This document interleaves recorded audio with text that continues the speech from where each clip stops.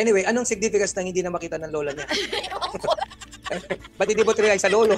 Sa pinsan? Ito yung nangutang kasi sa kanya attorney. Nagpautang siya dun sa kapitbahay niya. 1.57. Akala mo hindi na ngayon nagpapakita. Pero in fairness, nag-iwan ng promissory note. Paano daw yun? Pwede na lang daw ba yung promissory note? Anyway, anong significance ng hindi na makita ng lola niya? Ba't hindi mo trinay sa lolo? Sa pinsan? Di ba? Ba't tumito ka lang sa lola?